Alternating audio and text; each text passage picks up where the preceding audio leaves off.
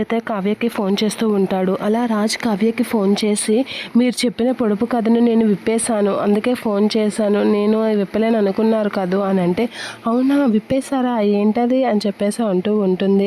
అదేనండి, మన అవుట్స్కట్స్కి దూరంగా 30 కిలోస్ మణికొండ బీచ్ ఉంది కదా, ఆ దగ్గరలోన సూర్యుడు ఆలయం ఉంది కదా అని చెప్పేసి అయితే అంటూ ఉంటాడు రాజు. ఇక తను విప్పిన పొడుపు కథను అయితే ఎక్స్ప్లెయిన్ చేస్తూ ఉంటాడు. ఏంటి సూర్యుడి గుడ, అది ఎక్కడుంది అని చెప్పేసి కావ్య అనుకుంటూ ఉంటుంది మనసులో. అవును, ఆ సూర్యుడు గుడి నీడ పడిన దగ్గరే కదా మీ ఇల్లు, అక్కడే కదా నేను కనిపెట్టేస్తాను, మీరు చెప్పిన పొడుపు కదా బాగానే కనిపెట్టేశాను అని అనేసరికి, అవునా భలే కనిపెట్టేశారండి, మీరు చాలా మేధావులండి అని చెప్పేసి అంటూ ఉంటుంది కావ్య. మరి ఏమనుకున్నా, దట్ ఈజ్ రామ్ అనేత అంటూ ఉంటాడు. ఆ మాటలకి కావ్య అయితే నవ్వుకుంటూ ఉంటుంది.